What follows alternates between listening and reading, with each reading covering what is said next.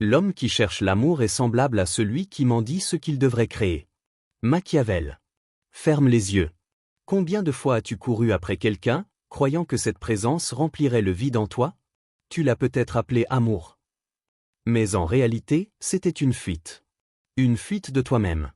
La vérité est dure, ce n'est pas l'amour que tu cherches, c'est la reconnaissance. Et tant que tu cours après ce reflet, tu restes l'esclave de ton propre besoin. Tant que tu ne maîtrises pas ton esprit, quelqu'un d'autre le fera pour toi. Napoléon Hill. Alors, arrête. Respire. Observe la solitude, elle n'est pas ton ennemi. Elle est le silence où ton âme apprend à se suffire à elle-même. L'homme aime parler d'amour, comme il aime parler de bonté. Mais Machiavel, lui, ne s'est jamais laissé séduire par les illusions du cœur humain. Il regardait le monde sans voile, sans morale sentimentale, et il voyait l'homme tel qu'il est, non tel qu'il prétend être. Sous la tendresse, il percevait la stratégie. Sous les promesses, il décelait le besoin. Sous les caresses, il reconnaissait la volonté de posséder. Ce qu'il appelait amour n'était pas un miracle divin, mais une transaction tacite entre deux faiblesses qui s'attirent, se devinent, s'utilisent. Pour lui, le cœur humain n'est pas un temple, c'est un théâtre. Chacun y joue un rôle, celui du sauveur, du fidèle, du blessé, du martyr, selon ce que la situation exige. L'homme agit rarement par amour, mais souvent par intérêt, peur ou besoin de domination. Ces mots, froids comme la lame d'un couteau, ne cherchent pas à détruire la foi dans l'amour, mais à en dévoiler le mécanisme. Regarde autour de toi. Observe les relations. Elles se forment sur la promesse du besoin, et se brisent quand ce besoin disparaît. Celui qui donne trop devient invisible. Celui qui se retire devient mystérieux, donc désirable. Machiavel l'avait compris avant tout le monde, l'amour n'est pas une émotion, c'est une tension. Une danse invisible entre le manque et le pouvoir. Entre celui qui espère, et celui qui se laisse désirer. L'homme doit apprendre à être à la fois lion et renard, le courage ne suffit pas, il faut la ruse pour survivre. Machiavel. Il ne disait pas cela pour glorifier la manipulation, mais pour révéler la réalité. Dans tout lien humain, il y a une hiérarchie cachée. Celui qui donne tout finit par se soumettre. Celui qui sait retenir crée le désir. Et celui qui comprend cette loi détient un pouvoir silencieux, celui de ne pas dépendre. Tu veux être aimé? Ne supplie jamais. Ne t'explique pas. Ne justifie pas ton silence. Ceux qui t'aiment sincèrement viendront vers toi dans le silence, pas dans le tumulte. Mais dans la nature humaine, ce qui se livre entièrement perd sa valeur. L'homme désire ce qu'il ne comprend pas. La femme chérit ce qu'elle ne peut pas totalement posséder. Et c'est ainsi que le mystère devient une forme de pouvoir. Rien n'est plus dangereux que celui qui aime sans discernement. Car l'amour, sans conscience, devient une forme de servitude. Tu crois donner, mais tu offres ta liberté. Tu crois aimer, mais tu veux être validé. Pose-toi ces questions comme un miroir qui ne ment jamais. As-tu cherché à être aimé, ou à être nécessaire? As-tu donné par sagesse, ou par peur d'être oublié? As-tu aimé pour élever, ou pour t'accrocher à une illusion? Machiavel aurait souri face à ces contradictions. Pour lui, la lucidité était la première forme d'amour, non pas envers autrui, mais envers soi-même. Aimer sans perdre la raison. Donner sans se dissoudre. Désirer sans s'agenouiller. L'amour meurt quand la dépendance commence. Machiavel. Là où la dépendance naît, la fascination meurt. Car l'être humain, par instinct, ne chérit pas ce qu'il possède, il chérit ce qu'il risque de perdre. Voilà le secret tragique de la nature humaine, l'amour, mal compris, devient le piège le plus raffiné de l'ego. Celui qui veut être aimé à tout prix finit toujours par payer le prix de trop, sa dignité. Mais celui qui s'aime assez pour ne rien exiger des autres, devient libre et donc dangereux. Car rien n'effraie plus le monde qu'un être qui n'a plus besoin d'être aimé pour exister. Napoléon il disait « Tout ce que l'esprit peut concevoir et croire, il peut l'accomplir. Mais avant d'accomplir, il faut apprendre à désirer. » Et là se trouve le malentendu fondamental de toute une vie. Le désir n'est pas une soif extérieure, c'est une énergie brute, ni bonne, ni mauvaise, qui prend la forme de ton esprit. Ce que tu appelles amour, le plus souvent, n'est que la forme déguisée de ton manque. Tu ne veux pas aimer, tu veux combler. Tu veux sentir ton existence validée dans les yeux d'un autre, parce que tu ne supportes pas encore de la contempler seule dans le miroir. Mais le vrai désir, celui dont parle Hill, n'est pas un cri de dépendance. C'est une pulsation divine. Un souffle intérieur qui dit « J'ai été créé pour manifester ». Regarde ceux qui ne courent pas après l'amour, ni après la reconnaissance. Ils n'attendent rien, ils émanent. Ils ne demandent pas à être vus, ils imposent la présence. Ils ont compris que le monde ne répond pas à leurs besoins, mais à leurs vibrations. Tu penses que le monde te rejette? Non. Il reflète simplement le désordre de ton désir. Car tant que ton énergie cherche à prendre, tu restes un mendiant. Mais quand ton énergie se tourne vers l'expression, tu deviens un créateur. Le désir, mal dirigé, est une chaîne. Tu t'y-attaches chaque fois que tu veux contrôler, chaque fois que tu crois que ton bonheur dépend d'un oui, d'un message, d'un regard, d'une main tendue. Et plus tu t'y-accroches, plus tu perds ton pouvoir. Mais ce même désir, retourné vers sa source, devient feu. Feu sacré. Élan créatif. Vision. C'est ce feu-là qui bâtit les empires, qui écrit les livres, qui façonne les âmes. Tant que tu es dominé par le besoin d'être approuvé, tu ne connaîtras jamais la vraie puissance. Napoléon Hill. Les plus grands hommes ne cherchaient pas l'amour, ils cherchaient à exprimer ce qu'ils savaient déjà être. L'univers entier répond à cette vibration, la certitude. Regarde les êtres qui t'inspirent. Tu crois qu'ils ont été comblés par l'amour des autres? Non. Ils ont transcendé le besoin d'être aimés. Et parce qu'ils n'en avaient plus besoin, ils ont commencé à attirer sans effort. Ce n'est pas leur beauté qui captive. C'est leur absence de mendicité. C'est cette sérénité impénétrable qui dit « Je ne te veux pas pour combler un vide. Je t'invite à partager un feu. » Chaque désir que tu ressens porte un message. Il te montre ce que tu crois ne pas être encore. Si tu désires l'amour, c'est peut-être que tu ne t'aimes pas assez.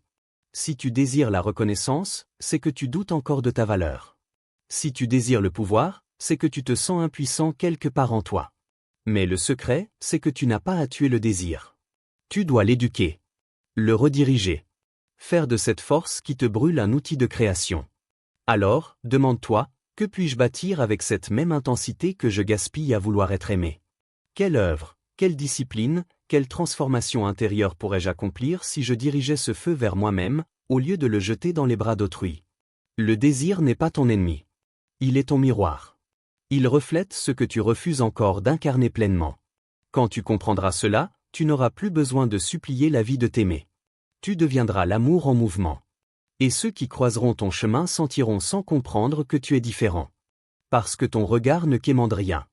Il offre. C'est là que commence le vrai pouvoir, quand tu n'as plus besoin d'être approuvé pour rayonner. Quand ton feu ne dépend plus d'un autre cœur pour brûler. Quand tu décides enfin que ton désir ne sera plus une chaîne, mais ton ascension. On raconte qu'il y eut un roi dont le royaume s'étendait jusqu'aux confins de la mer. Son nom était murmuré avec respect, ses armées lui étaient dévouées, et son trône reposait sur des fondations d'or. Pourtant, chaque soir, lorsque le soleil se couchait derrière les murailles de son palais, le roi sentait une absence dans son cœur, un vide si vaste qu'aucune victoire, aucun bijou, aucune acclamation ne pouvait le combler. Alors, il crut que ce vide venait du peuple. Et il décida de conquérir non plus des terres, mais des cœurs. Chaque jour, il offrait davantage, plus d'or, plus de spectacles, plus de promesses. Les rues se couvraient de bannières, les musiciens jouaient sans répit, et les mendiants eux-mêmes recevaient des vêtements de soie. Mais le peuple, au lieu de l'aimer, se mit à le mépriser. Car ce que l'homme donne pour être aimé devient vite suspect. L'amour qu'on achète sent toujours le mensonge. Les regards du peuple changèrent. Ils ne voyaient plus un roi, mais un mendiant en habit royal. Un souverain suppliant qu'on le trouve digne. Et ce mépris, silencieux mais glacial, rongeait l'âme du roi plus encore que la solitude. Un soir, alors que les couloirs du palais dormaient, un vieil homme apparut devant le trône. Personne ne savait d'où il venait. Il portait une simple robe de laine, et ses yeux reflétaient un calme qu'aucun pouvoir n'avait jamais donné à un roi. « Ô roi, dit-il, pourquoi cherches-tu à donner ce que tu n'as pas encore trouvé en toi ?» Le roi, surpris, resta sans voix. Le sage poursuivit, « Tu offres ton or, mais pas ta paix. Tu promets ton amour, mais ton cœur mendie encore. L'amour du peuple n'est pas un fruit qu'on cueille par la générosité, mais un feu qu'on allume par la présence. Celui qui cherche à être aimé s'éteint peu à peu dans son propre désir. » Ces paroles résonnèrent dans la salle vide comme un écho éternel. Cette nuit-là, le roi ne dormit pas. Le lendemain, il fit fermer les portes de son palais et s'en alla, seul, dans les montagnes. Il marcha sans escorte, sans richesse, sans but. Les années passèrent. Il apprit à écouter le vent, à comprendre le silence, à observer la nature sans vouloir la posséder. Loin des cris du peuple, il découvrit une autre couronne, celle de la lucidité. Chaque matin, il méditait au bord d'un ruisseau. Il comprit que l'amour qu'il cherchait n'avait jamais été dans les regards des autres, mais dans la paix qu'il refusait d'habiter. Il réalisa que l'homme ne peut donner que ce qu'il incarne. Et que le pouvoir, sans présence intérieure, n'est qu'un trône vide posé sur une âme fatiguée. Un jour, des voyageurs le reconnurent et lui dirent « Ô roi, ton peuple est perdu sans toi. Les récoltes faiblissent, les gens se disputent, la ville s'endort. Reviens, ton absence est devenue une ombre. » Alors, il retourna vers son royaume. Mais cette fois, il ne portait plus de couronne. Il marchait lentement, vêtu simplement, son regard profond et paisible. Lorsqu'il entra dans la cité, les foules s'inclinèrent d'elles-mêmes. Personne ne lui demanda un discours. Personne ne chercha à savoir où il était allé. Il sentait simplement que quelque chose avait changé. Le roi n'avait plus besoin d'être aimé. Et parce qu'il ne cherchait plus rien, tout vint à lui. Les mêmes visages qui jadis le méprisaient se mirent à le vénérer sans comprendre pourquoi. Sa présence suffisait. Le peuple n'aimait plus son or, ni ses promesses, mais la lumière tranquille de celui qui avait trouvé en lui ce que tous cherchaient en vain à l'extérieur. On dit que ce roi mourut sans héritier, mais que son royaume, lui, survécut des siècles durant. Car il avait laissé à son peuple la leçon la plus rare, qu'un homme ne devient souverain du monde que lorsqu'il cesse de mendier l'amour des hommes. Il existe une loi silencieuse qui gouverne tout ce que tu désires. Elle ne se lit pas dans les livres, elle se ressent dans le cœur quand le tumulte cesse. C'est la loi du détachement. Elle dit ceci, ce que tu poursuis avec angoisse te fuit. Ce que tu laisses aller avec confiance revient transfiguré. Le monde ne répond pas à tes cris, il répond à ta fréquence. Et ta fréquence ne dépend pas de ce que tu veux, mais de ce que tu es capable de relâcher. Regarde la vie, l'eau trouve toujours son chemin parce qu'elle ne lutte pas contre la pente. Le vent souffle librement parce qu'il ne cherche pas de direction. Même la lumière, pour se propager, a besoin du vide. Pourquoi crois-tu que ton cœur ferait exception à cette règle universelle? Plus tu veux contrôler, plus tu perds. Plus tu lâches prise, plus tu attires. C'est le paradoxe le plus cruel et le plus divin de l'existence. Ce que tu veux à tout prix devient ta prison, mais ce que tu acceptes de perdre devient ta délivrance. Le contrôle de soi est le plus haut acte d'amour que tu puisses offrir à ton destin. Napoléon Hill. Le détachement, ce n'est pas l'indifférence. C'est la maîtrise silencieuse de ton énergie. C'est savoir donner sans attendre, aimer sans posséder, parler sans forcer à comprendre. C'est vivre dans la confiance que tout ce qui est aligné avec toi viendra naturellement, et que ce qui te quitte ne t'appartenait jamais. Ne cherche plus à être aimé. Cherche à être aligné. L'amour n'est pas une conquête, c'est une conséquence. Ton magnétisme ne naît pas de la chasse émotionnelle, mais du calme intérieur. Ce calme est la signature des êtres puissants. Observe les visages autour de toi. Ceux qui cherchent à convaincre fatiguent. Ceux qui veulent posséder s'épuisent. Mais ceux qui reposent dans leur vérité captive sans rien dire. Ils ne séduisent pas, ils rayonnent. Ils n'attirent pas, ils inspirent. Le détachement, c'est cette force tranquille qui dit « Je n'ai besoin de rien pour être entier ». Et dans cette complétude, tout vient à toi. Car la vie, elle aussi, est attirée par ce qui n'a plus peur. Quand tu es attaché, tu vibres dans le manque. Quand tu es détaché, tu vibres dans la plénitude. Et c'est cette différence invisible qui change tout. Tu penses que tu dois courir, chercher, prouver. Mais en vérité, le détachement est un retour à la source. Ce n'est pas une perte de passion, c'est une purification du désir. Tu n'abandonnes pas le monde, tu cesses simplement de l'implorer. Regarde la nature, l'arbre ne supplie pas le vent de le caresser. Le soleil ne demande pas à la lune de le reconnaître. Chacun est à sa place, et c'est ce respect de l'ordre intérieur qui crée l'harmonie. L'homme, lui, a oublié cette sagesse. Il s'accroche à ce qu'il craint de perdre, et dans cette peur, il perd ce qu'il s'accroche à retenir. Le détachement, c'est l'art de l'acceptation active. C'est dire « je veux, mais je ne dépends pas ». C'est aimer sans enchaîner, vivre sans s'agripper, agir sans s'identifier aux résultats. Rappelle-toi, ceux qui se suffisent à eux-mêmes ne sont jamais seuls. Ils sont entiers. Et c'est cette complétude qui attire, parce qu'elle libère. Tu veux connaître le véritable pouvoir? Ne cherche pas à posséder. Deviens le lieu où tout peut venir, et d'où rien ne peut être arraché. Car au sommet du détachement, il n'y a ni perte ni gain, il n'y a que la paix. Et cette paix, une fois trouvée, fait plier l'univers tout entier devant toi. Un jour, tu comprendras que la personne que tu poursuivais n'était qu'un symbole. Un mirage façonné par ton propre oubli. Tu courais après un reflet, et ce reflet ne t'a jamais trahi, il t'a simplement montré ce que tu avais refusé de voir en toi. Car l'autre n'est jamais que le miroir de ton absence. Tu croyais chercher l'amour, mais c'était ton âme que tu cherchais à travers les yeux de quelqu'un d'autre. Tu voulais te sentir entier, et tu pensais que quelqu'un, quelque part, détenait la pièce manquante. Mais cette pièce, Machiavel l'aurait dit avec son réalisme tranchant, elle n'a jamais été perdue. C'est toi qui as cessé de la regarder. Le manque, en vérité, n'était qu'une illusion d'optique. Tu n'étais pas incomplet, seulement endormi. Et c'est ce sommeil qui t'a fait confondre attachement et amour, besoin et union, peur et passion. À jour, tu comprendras que la personne que tu attendais n'existe pas. Elle était là pour t'apprendre à t'attendre toi-même. Pour te montrer, par sa fuite, que ton cœur devait cesser de mendier pour commencer à créer.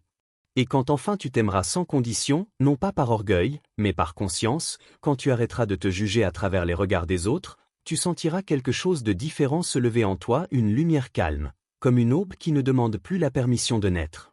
Le véritable amour commence quand le besoin cesse. Machiavel. C'est à cet instant précis que tu connaîtras la liberté la plus pure, celle de ne plus attendre. Car tu n'attends plus rien d'un monde que tu portes déjà en toi. Tu écouteras enfin la voix silencieuse de ton esprit. Elle ne crie pas, elle ne promet rien. Elle te parle dans le langage du souffle, du calme, de la certitude. Elle dit, tout ce que tu cherchais à posséder t'était prêté pour t'apprendre à te retrouver.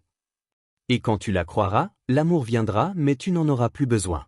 Car tu ne le chercheras plus en dehors de toi. Tu seras devenu le lieu même où il réside. Le succès, comme l'amour, est un état d'esprit avant d'être une réalité. Napoléon Hill. Tu comprendras alors que le monde extérieur n'a jamais été l'ennemi. C'était ton propre désordre intérieur qui projetait la confusion. Quand ton esprit s'aligne, le monde s'aligne. Quand ton cœur s'apaise, les relations s'adoucissent. Et quand tu cesses de vouloir être aimé, tout ce qui t'entoure commence à t'aimer naturellement, par résonance, non par besoin. Arrête de courir. Reviens à toi. C'est là, dans le sanctuaire silencieux de ton être, que réside le royaume dont tu croyais être exilé. Là où la paix ne dépend plus de la présence d'autrui, mais de la clarté de ta conscience. Fais de ton âme un royaume, pas un refuge. Un royaume n'a pas peur, il gouverne. Il n'attend pas d'être choisi, il rayonne. Il n'implore pas le monde, il l'ordonne avec amour. Le refuge fuit la douleur, le royaume l'accueille et la transmute. Le refuge pleure ce qu'il perd, le royaume bénit ce qu'il laisse aller. Et c'est là, dans ce passage du refuge au royaume, que naît la véritable renaissance. Celle où tu n'as plus besoin que quelqu'un t'aime pour exister, parce que tu es devenu la source même de cet amour. Alors tu marches différemment. Tu regardes différemment. Tu respires autrement. Le monde n'a plus à te donner quoi que ce soit, il reflète simplement ce que tu es devenu. Un être libre, complet et souverain de lui-même. C'est là que commence la vraie royauté, non pas celle qui possède, mais celle qui n'a plus besoin de posséder pour être. Et quand ton âme trône dans cette paix, tout ce que tu as perdu devient lumière, et tout ce que tu cherches s'incline devant toi non par soumission, mais par reconnaissance. Ferme les yeux encore une fois. Écoute, ce que tu cherches dehors dort déjà en toi. L'amour, le respect, la puissance, la foi, tout cela naît de la même source, ton esprit organisé. Machiavel t'a appris à comprendre la nature humaine. Napoléon, il t'enseigne à la transcender. Et toi, que choisis-tu? Être l'esclave du manque ou le maître de ton royaume intérieur? Ce n'est pas le monde qui te refuse l'amour. C'est toi qui refuses de t'aimer assez pour ne plus le mendier.